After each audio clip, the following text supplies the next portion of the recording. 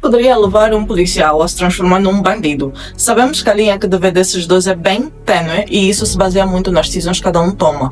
Mas e se ele estivesse totalmente convicto disso e ainda assim quisesse ser bandido? É sobre isso e muito mais que nós vamos falar hoje, então seja muito bem-vindo ao canal. Eu sou a Diana Lucas e aqui eu falo sobre filmes, séries, animações, entre outros milhares de assuntos do mundo de cinema. Então se você gosta desse conteúdo, deixe seu like, seu comentário e se inscreva, principalmente agora no comecinho do vídeo, que isso ajuda muito. E o aviso que eu tenho para dar para vocês é que finalmente agora em 2025 nós voltamos para o nosso podcast Rastro Púrpura, onde nós falamos sobre alguns casos criminais, famosos, não famosos, do conhecido ou desconhecido, para vocês. Então, todos os dias nós temos um vídeo sobre o filme e todas as quartas-feiras nós temos um vídeo especialmente para o Rastro Púrpura, sem deixar de ter o nosso vídeo sobre filmes.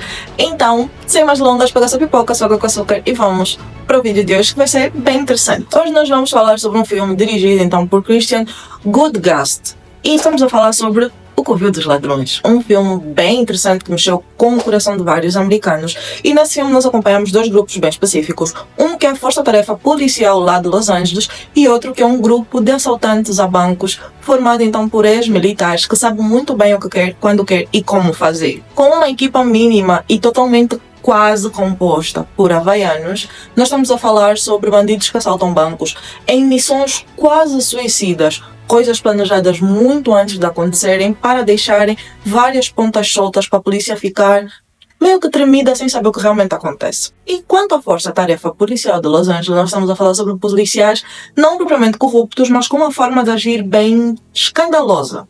Nessa série, nessa longa praticamente, nós vamos acompanhar como esses dois grupos se encontram a um assalto a um banco que é basicamente um forte. Era quase impossível assaltar esse banco, a não ser, obviamente, se esse grupo não tivesse a intenção de fazê-lo. Apesar de parecer bem óbvio quem seria então o chefe desse grupo, tudo isso vai passar de um enigma que só no final o filme nos apresenta o que realmente acontece e o que é que não acontece. E deixem-me dizer, esse filme ele é bem interessante. Ele tem toda uma dinâmica bastante peculiar. É daquele tipo de filmes que tenta te entregar algo e logo no final do filme ele te retira isso. É como se ele tivesse a te dar um doce e logo no final aparece um adulto que te recebe e te diz: não chores. Nesse filme nós temos então personagens também bastante icónicas, como Gerard Butler, que é um ator que nós conhecemos muito bem e ele entregou muito nesse filme, fazendo então do Big Nick, que é o chefe da força policial, que acaba por ter o comportamento mais escroto de todos, eu preciso ser sincera. Nós também conhecemos então Ocean Jackson Jr., que é basicamente o condutor da parte dos bandidos, mas que na final ele se revela sendo muito mais do que isso. E por final nós temos o homem famoso que levou muito mais do que 5 tiros e obviamente não pode faltar nesse tipo de filmes, que é o 50 Cent, que ele basicamente também está no lado dos bandidos, só que com um braço direito do possível mentor de toda a organização. Esse filme tem uma ambientização muito boa, tem uns movimentos de câmeras bastante interessantes, tem movimentos de câmeras também bem peculiares e bem interessantes, principalmente quando o Big Nick vai para a ala de tiros lá com os seus, vou dizer entre aspas, rivais bandidos, e a câmera vai mexendo à medida que ele vai dando tiros. Isso ficou bem interessante. A forma como a câmera se movimenta a cada passo, seja do Ryan, que é então o mentor dos bandidos, seja também do Big Nick, entre outras coisas, ficou bastante interessante. A direção do filme também nos prende muito, pelo menos até um certo momento que existe o último confronto, que a partir dali as coisas ficam bem aborrecidas, mas do início até aquele momento o filme ele é bem intenso e te faz querer assistir mais e mais e entender um pouco mais dessa história e principalmente como será o final. E eu vou vos dizer, apesar de depois começar a ficar um pouco óbvio, ele pode vir a vos surpreender sim. Para esse filme eu dou uma nota de 9, porque esse filme merece, ele é muito bom e eu super recomendo. Se você quer saber mais sobre a minha opinião, vamos para a parte com spoilers, que por lá eu vou adiantar muito mais nesse filme. Antes de eu entrar para a parte de spoilers, eu vou vos dar uma notícia que talvez seja bastante interessante para vocês.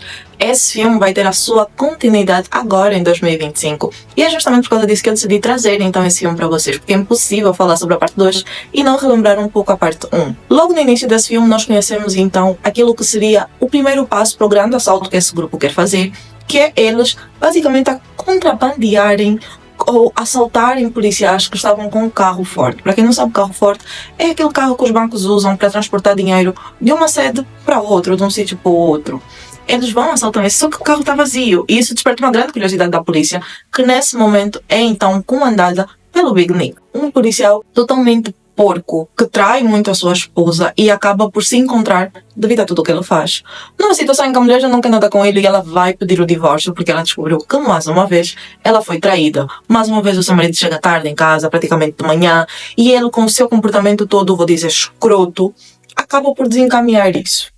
Então, entre a situação do divórcio e essa situação de assalto não resolvido e sem entender propriamente o que é que se passa, ele então vai fazendo uma investigação juntamente com a sua equipa. Essa investigação se baseia em ele descobrir cada uma das pessoas que estão envolvidas com o Bosco, que é uma pessoa que ele desconfia que está envolvida nisso. Onde ele primeiro acaba por chegar ao Donnie, que é basicamente o rapaz que esteve preso com o Bosco, juntamente com outras pessoas dessa equipa de ladrões, que conduz muito, muito rápido. Ele tem um domínio do carro muito, muito bom. Logo, o Big Nick, que não é nada burro, já juntou as pecinhas e vai então ter uma conversa com o Donnie, que acaba por trazer uma história, sem propriamente fornecer certos detalhes, certas informações, mas a dizer basicamente que tanto o Ryan, o Anson e El Borracho, eles estão juntos nesse crime e o Donnie simplesmente foi chamado para ser condutor. Será que é verdade? Será que não? Nós vamos descobrir isso praticamente no final do filme. Mas enquanto isso, o Big Nick, juntamente com a sua equipa, eles vão atrás de cada um deles. E o Big Nick tem uma forma bem peculiar de obter informações e irritar os seus inimigos. Porque tem um momento do filme em que ele chega num restaurante chinês em que estão lá todos a comer, seja o Donnie, o Ryan, o Anson, El Borracho, com as suas esposas. O Big Nick, juntamente com os seus colegas, vai para lá e começa meio que a irritar o pessoal todo na mesa, demonstrando então que o Donnie já teve algum tipo de contacto com ele. E a situação fica muito tensa para o Donnie, apesar do Donnie não ter realmente dito nada demais, né, para o Big Nick. Ela acaba então por sentir-se um pouco ofendido. Incluindo o Ryan também se sente bastante apelativa à situação do Donnie, vendo então que ele já estaria queimado. Que é basicamente uma gíria para dizer que ele falou o que não devia, né? Que ele tem um contato com a polícia que não deveria ter praticamente. O plano se baseava em o Donnie sair do trabalho em que estava e ir trabalhar num outro restaurante, porque ele faz entregas de encomendas, etc. E ele deveria trabalhar naquele novo restaurante para poder então entregar para os funcionários de um certo banco, para ele poder ter meio que as informações de como é que se passa, quais são os níveis de segurança, quantas câmaras, como é que funciona, como é que não funciona, etc. Enquanto isso, no próprio dia do crime, o que é que eles fariam? Eles pegariam, assaltariam um banco menor e enquanto eles estariam a ser vigiados, a fazer exigências, já que lá teria várias vítimas, vários reféns, eles sairiam pelo esgoto para poder sair num outro lado da cidade muito mais próximo então ao banco real que eles querem assaltar. Eles fazem isso, o Big Nick com a sua equipa não consegue saber isso, já que o Ryan moveu as peças de uma forma bem inteligente para que o Big Nick pensasse que as coisas fossem acontecer como ele quer, já que o Big Nick tem um ego bem inflado e nós vemos isso ao longo de todo o filme. Quando eles fazem esse assalto, eles conseguem, só que o que ninguém esperava basicamente é que no final do assalto o Donnie sairia meio que ileso, só que ele acabou por ser pego pela polícia. Ele foi apreendido no carro da polícia para poder levar a polícia até onde estariam os seus cúmplices. Enquanto a polícia vai numa troca de tiros com o Ryan e o Anson e o El Borracho, acaba que o Donnie simplesmente foge. Lá, bem depois do tiroteio, bem depois do Ryan morrer, do Anson supostamente morrer, do El Borracho também morrer. Quando o Big Nick volta então para o seu carro, ele conta que o Donnie fugiu e ele vai montando meio que as peças de como é que as coisas poderiam ter acontecido.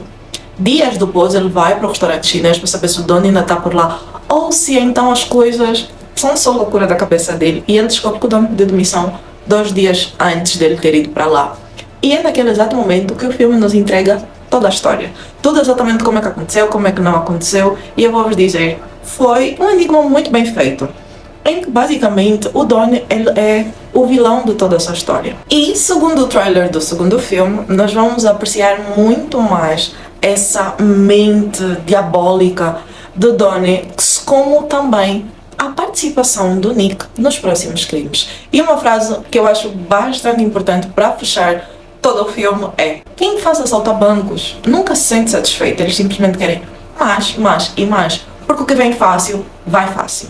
O que você achou desse filme, o que você achou da minha explicação também é bastante importante. Então, se você gosta desse tipo de filmes de ação, com pegadas policiais, entre outras coisas, deixa aqui nos comentários. Se você já viu e gosta muito desse filme, também deixa aqui nos comentários. E nos vemos no próximo vídeo, principalmente quando sair a parte 2, que eu vou fazer questão de trazer. Até lá!